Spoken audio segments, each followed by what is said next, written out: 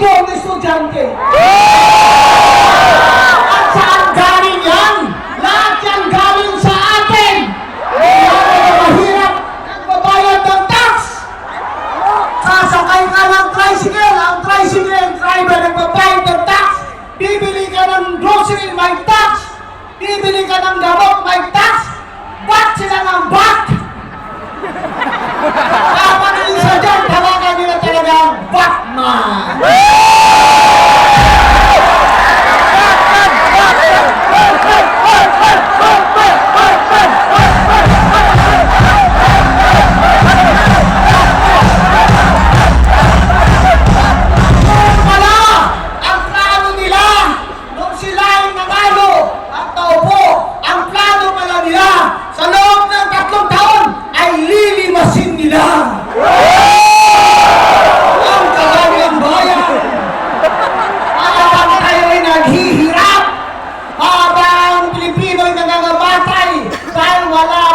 Pambayad sa doktor at sa gamot, namamatay ang mga bata dyan sa Philippine Heart Center dahil hindi napapa-opera sa puso, habang ang mga buhaya ay wala nga ba silang puso?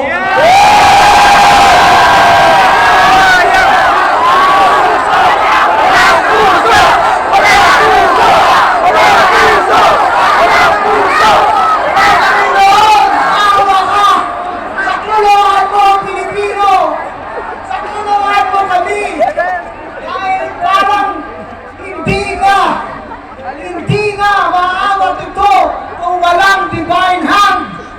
Pray ako ng pray.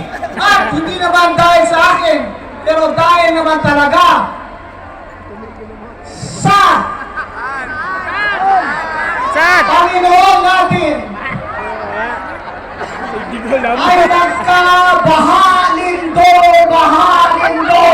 at lalong naramdaman ng mga tao ang kahirapan at katakawan ng mga magnanakaw. Pupunta ka lang sa ospital, lulusong ka pa sa baha. Mamamatay ang mga anak mo dahil ginagak ng daga. Sana magpadalaan ng milyong-milyong daga. Pupunta sa kanila.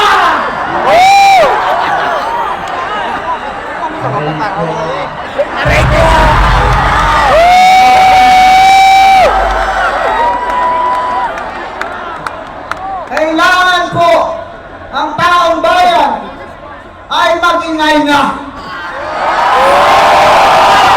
Hindi na lamang tayo may obligasyon sa pagdarasal, hindi sa pag-aksyon din.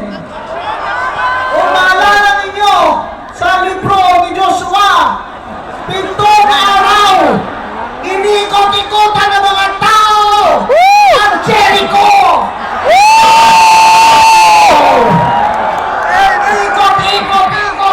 Ikot! Jericho! Sa ikapitong araw, sigaw ang mga tao. Mga magnanakaw! And on that day, the walls of Jericho came crumbling down. Power of our God! That is the power of our God! That is the power of the prayer of God's people! Panginoon ko, bigyan niyo kami ng sapat na lakas na ipatuloy ito ng aming mga hinahin at malipon na pusara kasamaan dito sa gobyerno sa Pilipinas. Sana po magising na rin ang aming mga kapatid at sa 2028 ay wag na iboto itong mga nagnanakaw na ito.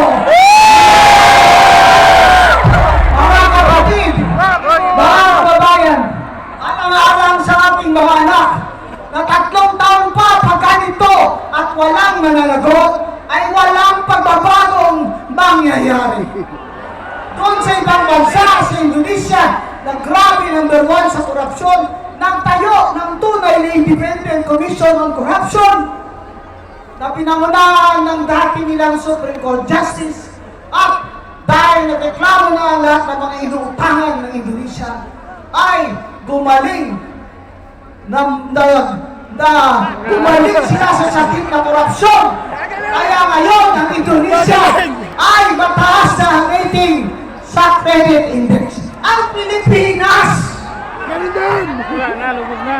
2.7 trillion every year gustong utangin ng ating mga pinuno. Sa 2.7 trillion, ang 2.6 dyan ay para lamang sa pagsweldo ng kanilang pamahalaan.